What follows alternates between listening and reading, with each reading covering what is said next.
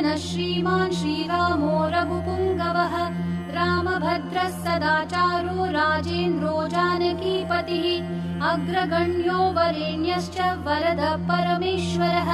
जनार्दनो जितामित्रः परार्थैकप्रयोजनः विश्वामित्रप्रियो दान्तः शत्रुजिच्छत्रुतापनः सर्वज्ञः सर्वदेवादिः शरण्यो वालिमर्दनः ज्ञानभाव्योपरिच्छेद्यो वाग्मी सत्यव्रतः शुचिः ज्ञानगम्यो दृढप्रज्ञः खरध्वंसी प्रतापवान् द्युतिमान् आत्मवान् वीरो जितक्रोधोरिमर्दनः विश्वरूपो विशालाक्षः प्रभुः परिवृडो दृढः ईशः खड्गधरः श्रीमान् कौसलेयो न सूयकः विपुलांसो महोरस्कः परमेष्ठी परायणः सत्यव्रतः सत्यसन्धो गुरुः परमधार्मिकः लोकज्ञो लोकवन्द्यश्च लोकात्मा लोककृत्परः अनादिर्भगवान् सेव्यो जितमायो रघुद्वहः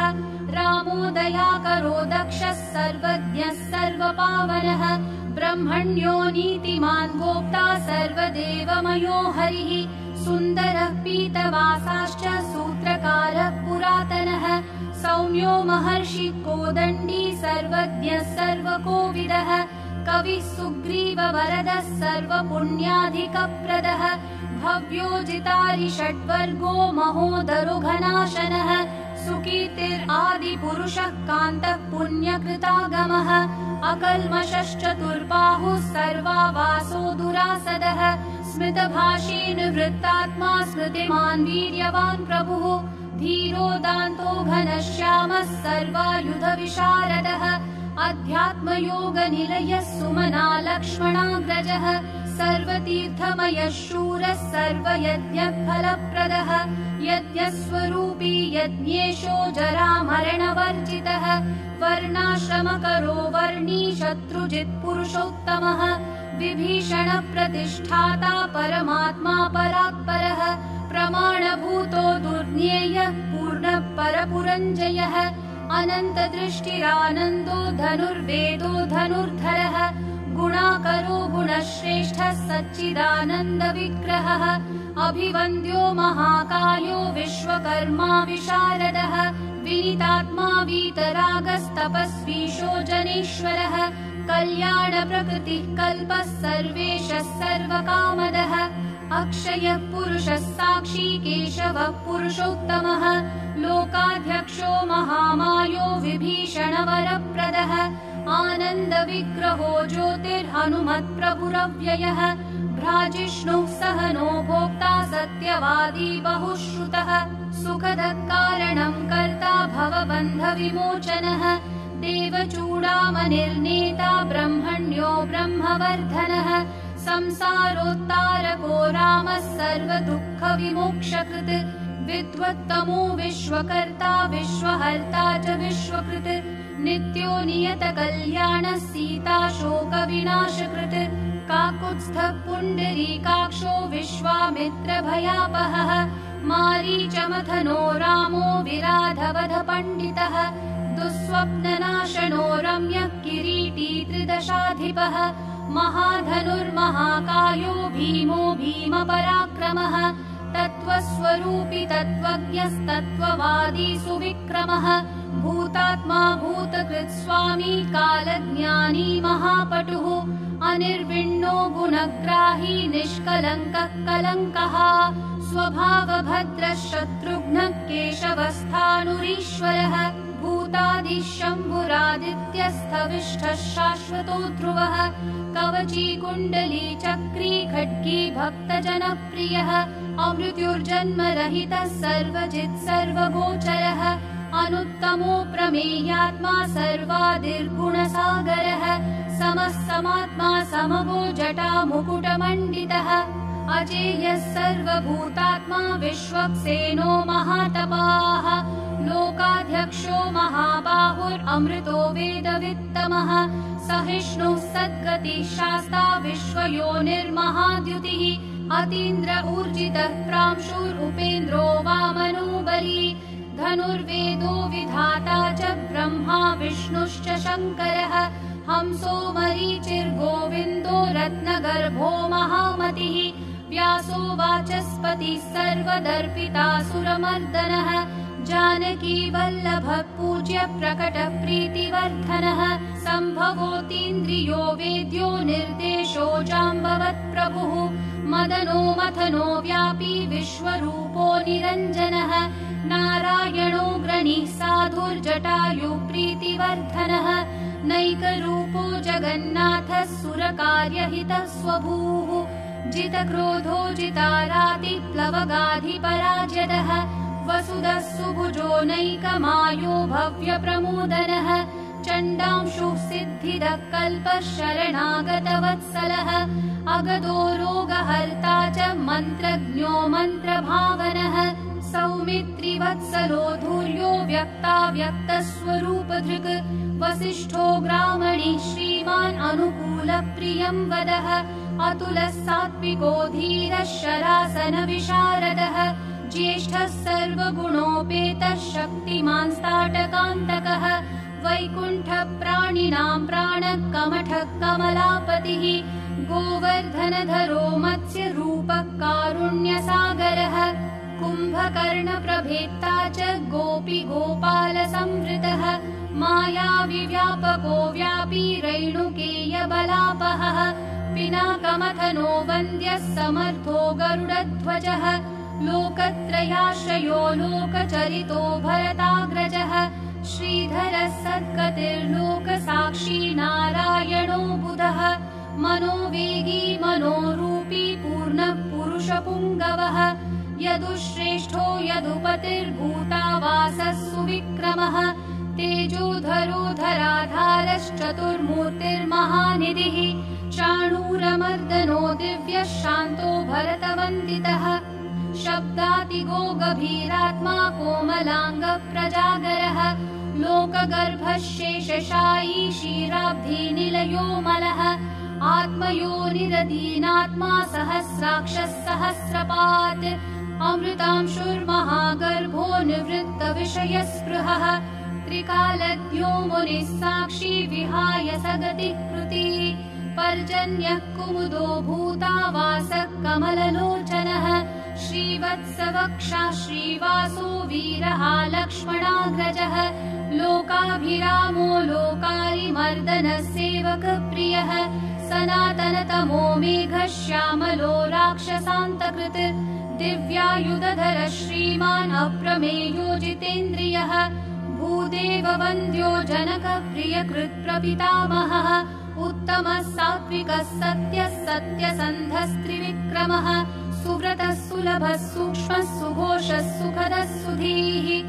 दामोदरोच्युतः शार्ङ्गी वामनो मधुराधिपः देवकीनन्दनः शौरिः शूरः कैटभमर्दनः सप्ततालप्रभेत्ता च मित्रवंशप्रवर्धनः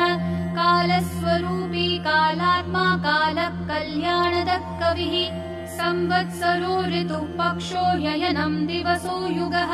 स्तव्यो विविक्तो निर्लेपः सर्वव्यापी निराकुलः अनादिनिधनः सर्वलोकपूज्यो निरामयः रसो रसज्ञः सारज्ञो लोकसारो रसात्मकः सर्वदुःखातिगो विद्याराशिः परमगोचरः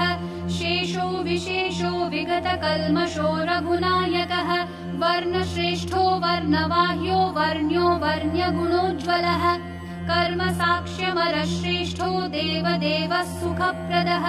देवाधिदेवो देवर्षिर्देवासुरनमस्कृतः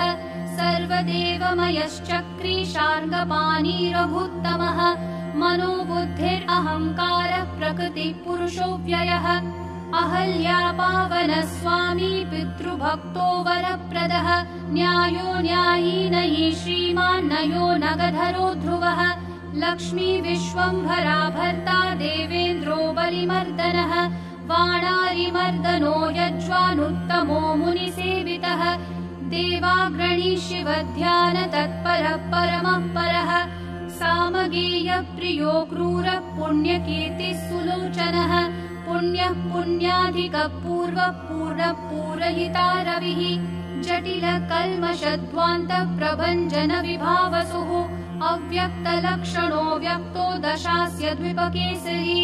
कलानिधि कलानाथो कमलानन्दवर्धनः जयी जितारिः सर्वादि शमनो भवभञ्जनः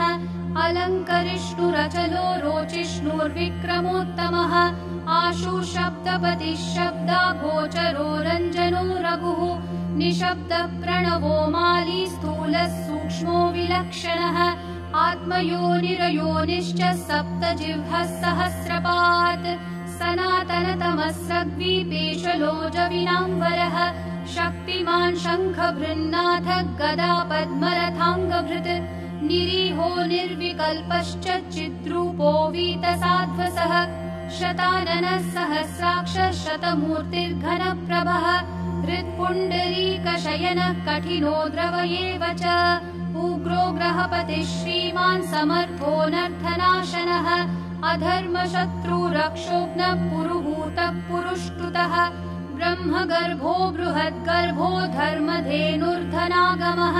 हिरण्यगर्भो ज्योतिष्मान् सुललाटः सुविक्रमः शिवपूजारतः श्रीमान् भवानी प्रियकृद्वशी नरो नारायणः श्यामः कपर्दी नीललोहितः रुद्रः पशुपतिस्थाणुर्विश्वामित्रो द्विजेश्वरः मातामहो मातरिश्वा विरिञ्चो विष्टरः श्रवाः अक्षोभ्यः सर्वभूतानां चण्डः सत्यपराक्रमः वालकिल्यो महाकल्पः कल्पवृक्षः कलाधरः निदाघस्तपनो मोघश्लक्ष्णः परबलापहृत् कबन्धमथनो दिव्यः कम्बुग्रीवः शिवप्रियः शङ्खो निलः सुनिष्पन्नः सुलभः शिशिरात्मकः असंसृष्टोतिथिः शूरः प्रमाथि पापनाशकृत् वसुश्रवाकव्यवाह प्रतप्तो विश्वभोजनः रामो नीलोत्पलश्यामो ज्ञानस्कन्धो महाद्युतिः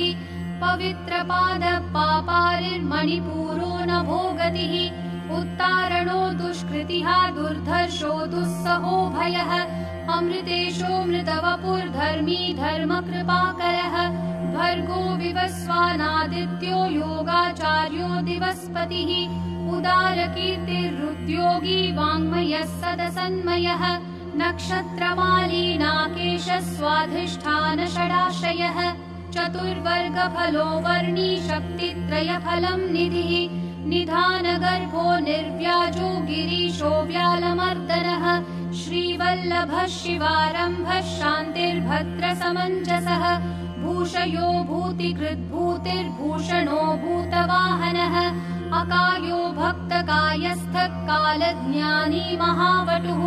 परार्थवृत्तिरचलो विविक्तः श्रुतिसागरः स्वभावभद्रो मध्यस्थः संसारभयनाशनः वेद्यो वैद्यो वियद्गोप्ता सर्वामरमुनीश्वरः सुरेन्द्रः करणं कर्म कर्मकृत्कर्म्यधोक्षजः ध्येयो धुर्योधराधीशः सङ्कल्पः शर्वरीपतिः परमार्थगुरुर्वृद्धः शुचिराश्रितवत्सलः विष्णुर्जिष्णुर्विभुर्वन्द्यो यज्ञेशो यज्ञपालकः प्रभविष्णुर्प्रसिष्णुश्च लोकात्मा लोकभावनः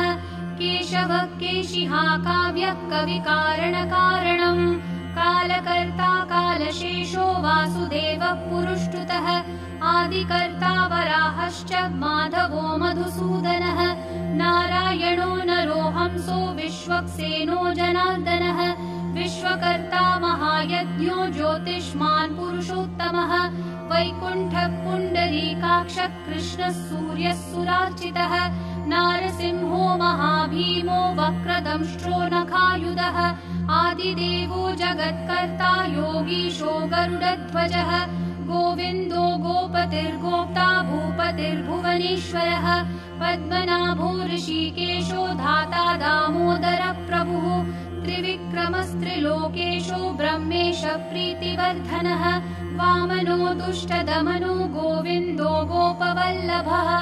भक्तप्रियोच्युतः सत्यः सत्यकीर्तिर्धृतिस्मृतिः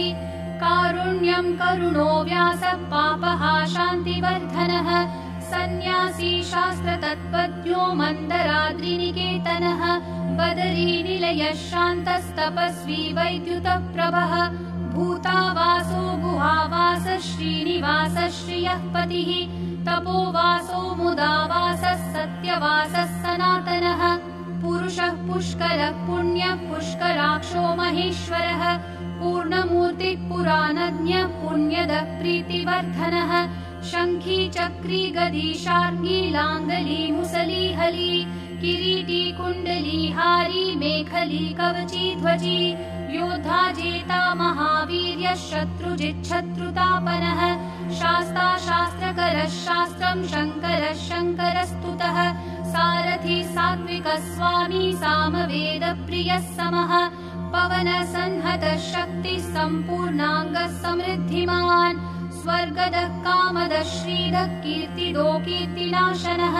मोक्षदः पुण्डरीकाक्षः क्षीराब्धिकृतकेतनः सर्वात्मा सर्वलोकेशः प्रेरकः पापनाशनः सर्वव्यापी जगन्नाथः सर्वलोकमहेश्वरः सर्गस्थित्यन्तकृद्देवः सर्वलोकसुखावहः अक्षय्यः शाश्वतोऽनन्तः क्षयवृद्धिविवर्जितः निर्लेपो निर्गुणः सूक्ष्मो निर्विकारो निरञ्जनः सर्वोपाधिविनिर्मुक्तः सत्तामात्रव्यवस्थितः अधिकारी विभुर्नित्यः परमात्मा सनातनः अचलो निर्मलो व्यापी नित्यतृप्तो निराश्रयः श्यामो युवा लोहिताक्षो दीप्तास्योमितभाषणः आजानुबाहु सुमुखः सिंहस्कन्धो महाभुजः सत्यवान् गुणसम्पन्नः स्वयं तेजासु दीप्तिमान् कालात्मा भगवान् कालः कालचक्रप्रवर्तकः नारायणः परं ज्योतिः परमात्मा सनातनः विश्वसृड् विश्वभोक्ता च विश्वभोक्ता च शाश्वतः विश्वेश्वरो विश्वमूर्तिर्विश्वात्मा विश्वभावनः सर्वभूतसुहृच्छान्तः सर्वभूतानुकम्पनः सर्वेश्वरेश्वरः सर्वश्रीमानाश्रितवत्सलः सर्वगः सर्वभूतेशः सर्वभूताशयस्थितः अभ्यन्तरस्थस्तमसश्चेत्ता नारायणः परः अनादिनिधनः स्रष्टा प्रजापतिपतिर्हरिः नारसिंहो ऋषिकेशः सर्वात्मा सर्वदृग्वशी जगतस्तस्थुषश्चैव प्रभुर्नेता सनातनः कर्ता धाता विधाता च सर्वेषां प्रभुरीश्वरः सहस्रमूर्तिर्विश्वात्मा विष्णुर्विश्वदृग्व्ययः पुराणपुरुषः षष्ठा सहस्राक्षः सहस्रपात् तत्त्वं नारायणो विष्णुर्वासुदेवः सनातनः परमात्मा परं ब्रह्म सच्चिदानन्दविग्रहः परं ज्योतिः परं धाम पराकाशः परात्परः अच्युतः पुरुषः कृष्णः शाश्वतः शिव ईश्वरः नित्यः सर्वगतस्थाणुरुग्रः साक्षी प्रजापतिः हिरण्यगर्भः सविता लोककृल्लोकभृद्विभुः